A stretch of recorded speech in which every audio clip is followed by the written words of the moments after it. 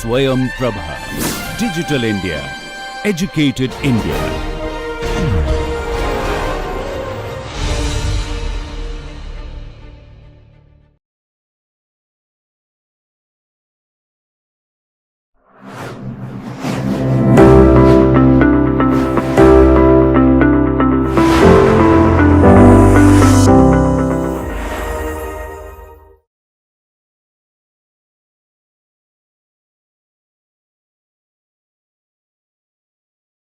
Hello everyone. In week 11, we will talk about two topics. The first one is diffusion of technology. The next is about innovation in the service sector. In this topic, we will cover the basic concepts of the diffusion. We'll also talk about the diffusion process and certain models which explains the process itself. We will look into the factors which support the diffusion process, which facilitates the diffusion of the technology, and also what kind of barriers could be there which may be hindering the process of the diffusion of the newer technologies via new products and processes. So when we talk about diffusion, if you look at the definition, it is essentially the process through which innovations, inventions or technological advancement, they spread. And in that sense, they are also need to be adopted by individuals, organizations and societies. So there are three major aspects to this diffusion. First, dissemination of the new technology. If we are talking about introduction of desktop, they are now being very widely available in most offices, whether we look at a government or a private institutions, organizations. So they are available there. They are being used for the different types of work that need to be done. So the dissemination of the new technology that needs to be done. Then apart from the dissemination, it also needs to be adopted. Apart from doing the work like we used to do with the paper and pen, now we are using these new technologies to do the work. So the technology is available. Moreover, it has also been adopted to do the tasks which were done earlier using the older ways of things. Moreover, there has to be a use of the new technology. So you have to have a dissemination. The technology is being now disseminated. It is being widely available. It has been adopted in the sense that the different works that are now being done, people are using this kind of a technology. They are kind of making or taking advantage of the newer technology. So there you will also see that if many a times there is a confusion with respect to the word diffusion and imitation. Is diffusion very close to imitation? The answer to that would be no. When we talk about diffusion, we are essentially looking at the spread and adoption of an invention, of a technological change. We have already discussed how an invention, innovation can be represented through either new product, process, even organizational innovations, etc. So the spread of such innovations is basically we are talking when we look at the word like diffusion. On the other hand, the word imitation is much more broader. It may or may not entail innovation, and it may also be related to the certain practices and or a behavioral imitation as such. When we think about diffusion, there is a very clear intent, a conscious decision now that has been made by a potential adopter. The idea is that they will examine the innovation, they will understand it, they will look at the challenges that might be faced in the adoption of it and determine whether to adopt it or not, whether to use it or not for their regular work as such. So diffusion can be seen as an outcome of a very conscious decision by the potential adopters as such. On the other hand, if you look at imitation, sometimes it may not be an outcome of a conscious decision making process. As I said earlier, like it could be the behavioral context. So it may just happen without any specific objective, without any specific idea as to why it is being done. So a conscious decision making may not be an outcome of, may not be a reason for undertaking the imitation. Now when we look at the different sources, clearly innovative behavior is triggered by the introduction of invention in the diffusion. The behavior that the diffusion in fact starts with the invention as such. Whereas the behavior being imitated may come from a variety of sources, like I said, behavioral, so successful individuals, prominent figures, and popular trends. So the source for the diffusion has to come from an invention and innovation. On the other hand, Imitation can be much more broader as such. However, imitation of the newer technologies, like we have done earlier a case of a Hyundai, so there it becomes a crucial part of understanding the technology. So when you are talking about imitation in the context of technological capability building, one, it gets limited there itself. Why? Because here when we look at the term, we are saying that it is a very broader term, right? But we have already studied earlier about, imitation as a means of a technological capability building. So if it is a mean, then it is already being very specified that what is the context in which this imitation is happening. And there you will say that this imitation would be, in that case, would be a part of the conscious decision making part. It would also be, triggered because of certain invention, and as a result you will find that it could be, leading to a specific outcome. So in that case, when it has been used earlier, so sometimes it could be very, closely linked to the diffusion term as such.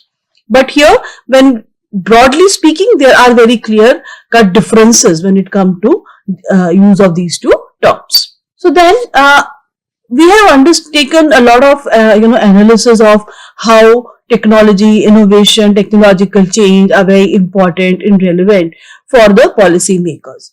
Please understand, diffusion itself is also very critical when it comes to the decision making by policymaker, entrepreneurs, researchers as such. Now, why will that be the case? Because here, if we may not be coming up with a newer, maybe a product or a process which might be already existing, maybe in another, economy, or it might be existing in another sector. So if that happens, and an entrepreneur again envisages, a researcher sees that there is a possible, opportunity there, and as a result, what they will see, they will negotiate, they will work out the different challenges and the obstacles or the barriers that will come in terms of using the technology. They will also work out the opportunities which is being now presented, and then they will deploy the new technology. It is very critical, and it's a very important part of the innovation process itself. So if you remember, we have discussed about innovation being the creation and also, production and of the diffusion. So it becomes a very important part of the entire process itself. And it is very closely related to the economic growth, and that comes through the proper chain. What is the chain of efficiency enhancement that happen? Companies may realize the productivity improvements and the gains which will make them competitive at the national and the international level, hence leading them to employ more labor, or maybe, expanding their overall work, finally contributing to the economic growth as such.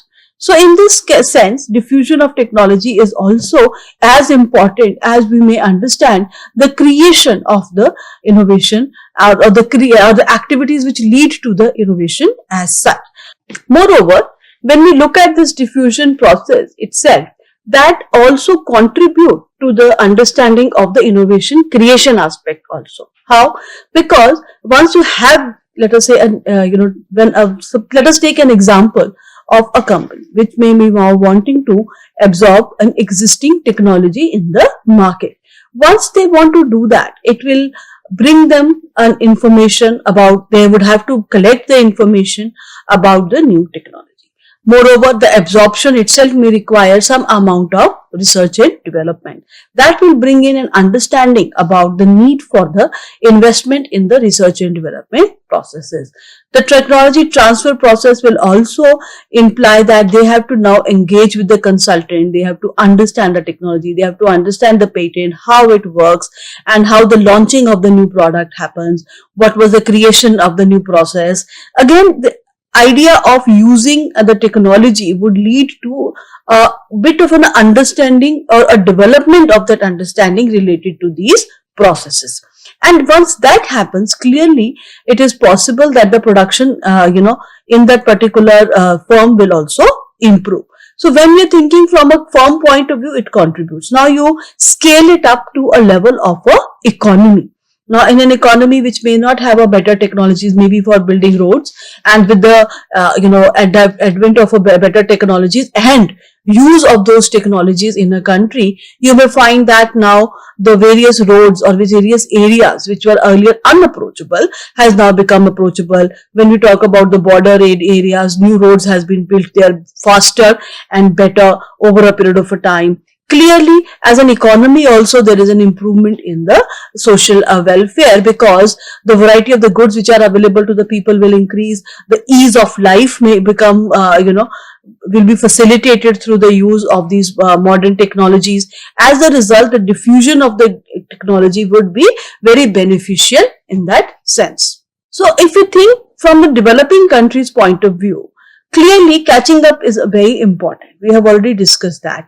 And within an economy, you may have the areas, the developments are much more faster as compared to the others where may not be. So you may have a backward regions, or you may have a technological laggard firms. So in those cases, so at an economy level, you may have countries which are technological laggards.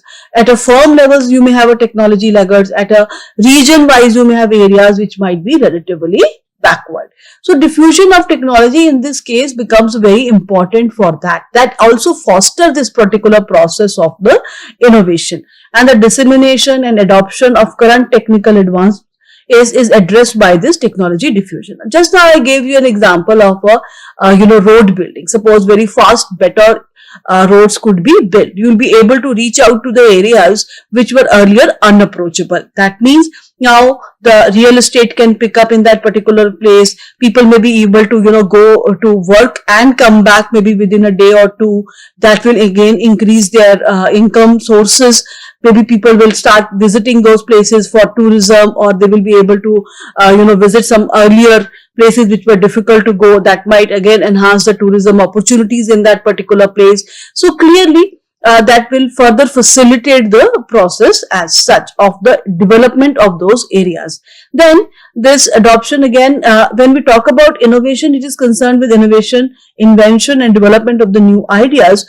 But in case of a dissemination, we are not looking for the newer ideas. We are looking for the existing ideas and how they can be spread out to a newer let us say areas, to people who have earlier not been able to use it, and increase the overall bandwidth to which the technology reaches out. So that means you are trying to make it much more inclusive. The dissemination process is such that you want to bring in as much of the space, as much of the individuals concerned. The technology diffusion, it investigates the element that influence technology acceptance, implementation, whereas clearly innovation will investigate the process for what would the new process would be. So here we are looking at diffusion of technology vis-a-vis innovation. Then we know that the motivation for doing innovation is very different. You are looking for maybe a solution to a new existing problem. You are looking for a newer product or maybe a change, etc. But in case of a technology diffusion, what will happen? You will investigate the element which will influence the technology acceptance and implementation. Whereas in case of innovation, what you will look at? You will look at the new process, new technology, new, how that can be done, what can be done. So there the differences are also there. Why we need to highlight these differences? Because if you think from a point of view of a policy maker, clearly the policy model which they will have either for adoption or a diffusion of the existing technology vis-a-vis a creation, then again they would have to work out those details. So if the focus is on creation, then clearly a certain set of activities need to be more advanced or maybe supported, whereas technology diffusion would require another set of activities might be supported. But having said that, one has to understand that these two processes are not mutually exclusive. Right? So both are critical for progress, and since innovation drives technical improvement, and diffusion then will guarantee that they embrace inventions are then embraced, extensively used, resulting in the social benefit. So these are something which are very closely related, feed into each other and support the further development of the innovation as activity as such. So Roger in his book has essentially talked about the four main conditions which will influence the diffusion of the technology. Him being, from the sociology background, the focus has been the overall, in social environment which will facilitate this diffusion of the technology. So the four things are technology innovation, the communication channels, time, social system, and individual cost and benefit analysis. That is a bit separate. So let us look at first of these four conditions. Here we have different conditions which will influence the diffusion of technology. These conditions include the nature of the technology, communication channels, time, social system, and the individual cost and benefit. If you look at technology, clearly one has to understand what is it now getting diffused, whether it's a new concept, product, service, or a practice, and it includes definitely technology breakthrough or maybe a method of doing things. In the process of diffusion, the communication channels are also very important, because these are the ways through which the knowledge will now spread about the innovation.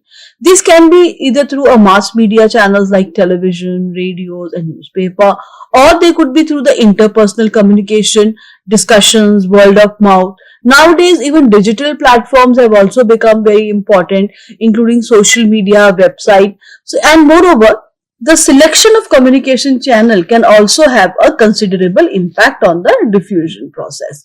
So if you link the diffusion with an advertising, so if you are thinking maybe of an advertisement about a new maybe a gadget or something, then people might make videos and might upload on a YouTube, etc. Whereas on the other hand, when it comes to some other type of products, you may go for the maybe a big banners, etc. So again, the type of knowledge will also be depending upon, will influence the channel which is used to communicate that.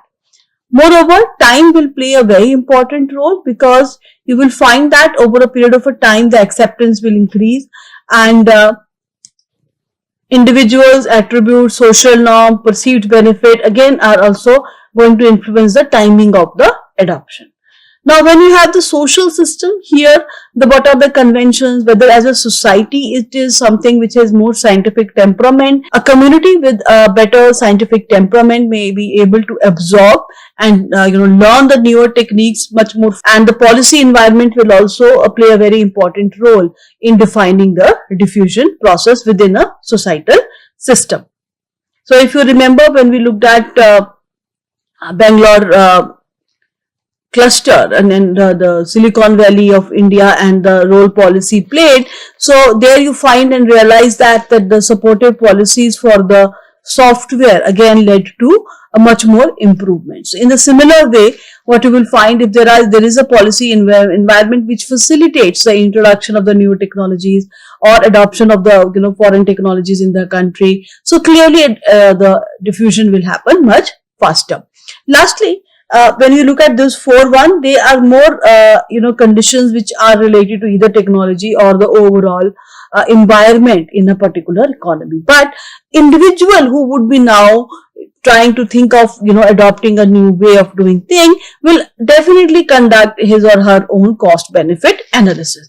Think from a point of view of a small medium enterprise, maybe something in Indore, which are now having maybe a in a food processing zone, and they are thinking of whether to have their own website or not. So in order to do that, first of all, they will look at the different costs they might be incurred in order to start, to kind of initiate the website, and what are the benefits they are going to accrue. If it is possible that they will be able to facilitate, getting the online deliveries from all over the country, etc., they may realize that the benefit is going to be higher. So at an individual level, the use that one may have of a particular technology will have certain cost, and apart from that, there will be certain benefits. So that analysis will be done as well. Professor Rogers, in his book on diffusion of innovation, has highlighted 5 attributes of innovation. First of all, that is related to relative advantage. That means if there is an superior invention which is superior to the existing alternatives, then clearly the motivation to absorb it would be higher. So the degree to which an invention is superior to existing alternatives will determine what is the relative advantage of that particular innovation. Say for instance, you already have a desktop and a new iPad has been introduced, and you are now going to compare whether you should go for the iPad or whether you want to continue with the laptop as such. So a desktop vis-a-vis a laptop vis-a-vis an iPad. So what are the advantages that you are going to get from each of those gadgets clearly will determine your need to purchase that. Now you kind of scale it up to a particular maybe a company which now you're going to use maybe a better techniques, and if that happens, then what is the relative advantage they are going to use. The next very important point is related to compatibility. Here the idea is that how fast or quickly a new innovation or new product or a process which we are talking about will link to the existing structure, and present systems are more likely to be accepted. So that means the innovation which is likely to link to the existing structures, which is going to be very easily aligned with the existing system, then they are going to be clearly more acceptable as such. So if you are now downloading a new app which is using the current platforms, that will be much more easy for you to do that. On the other hand, if it requires you to install something, a different platform or maybe a different software, then clearly there would be challenges in terms of accepting it. So again, a similar way to now extend it to the maybe absorption of a new invention from the company's point of view and also country's point of view. Next, what is the level of the complexity of the innovation? Is it easy to learn? Is it user friendly? And such innovations which are user friendly and easy to learn, it is very obvious that they would be likely to be adopted much more easily as compared to the complex one. Next is about triability. What do we mean here?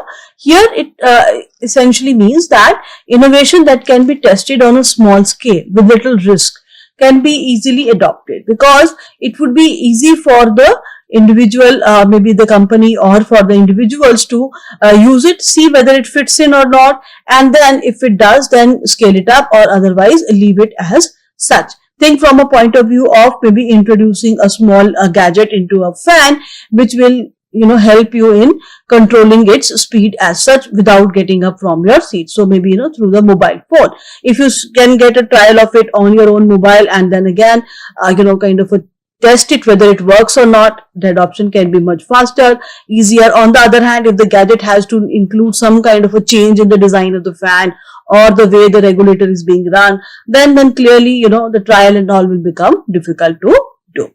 Apart from that, the observability. That means innovations that give measurable and easy apparent benefit, they are more likely to win the social acceptance and they are likely to spread. Say for instance, when the smartphones were introduced vis-a-vis the earlier phones that we have. So the benefits that you get from it, being able to check your email more comfortably, the messaging, and to be able to do lot more through that gadget, clearly means that the gains that are going to come are very obvious. They are very, clear as to what benefit it will bring. And that kind of innovation will have much faster acceptance and spread. Based on these attributes, again, Professor Roger has given a diffusion of innovation model. Here it has been highlighted that there are going to be a different group of adopters. So there are going to be innovators, there are going to be early adopters, there are going to be early majority adopters, late majority, and the laggards. So who are the innovators? The one who came up with the invention, right? So they are daring, they are risk taking, they will absorb. Then there are early adopters, could be, somebody who is very savvy with the new technologies. They want to follow the latest trends, or could have, maybe high social rank, which they want to now use, or maybe want to affirm by using better technologies. Then they're going to be an early majority. So after a particular amount of social evidence has been established, then this particular group will embrace the innovation. They will make an informed decision, will rely on recommendation and experience from the early adopters. Then there is a late majority. Now this one, they were earlier unwilling to embrace any change, and because of social pressure or because of the economic necessity, they are being skeptical about the invention, but they realize that okay, fine, now this is how the things are going to be. So that is how it will be done. So as a result, they would be adopting it, though maybe bit reluctantly. Then there are laggards, then the people who are last to adopt an innovation, usually after the majority has. They are usually conservative and they are reluctant to change. So based on that and its analysis of more than 500 technologies that get diffused, Professor Roger has given us this, diffusion model, where they have found out that initially have a situation like that, where around 2.5% person are a part of your innovators. Then there are earlier adopters, around 13.5%.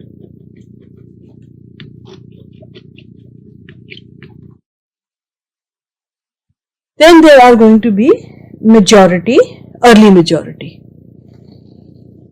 which is rather large, around 34%.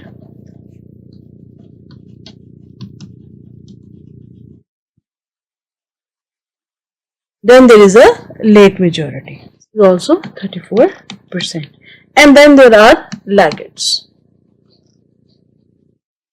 around 16%. So that means, looking at the nature of the adopter, that means from early adopter to early majority to late majority, and then coming up with the finally and the point where the invention is now being accepted and adopted even by the laggards, you will realize that it would have reached a particular level of saturation as such.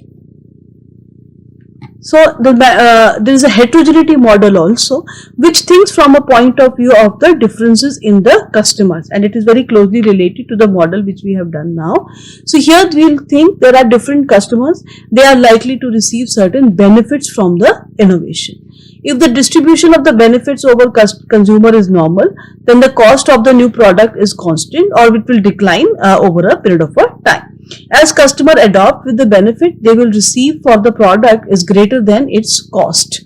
So the diffusion product will look like S. So now if you have time here,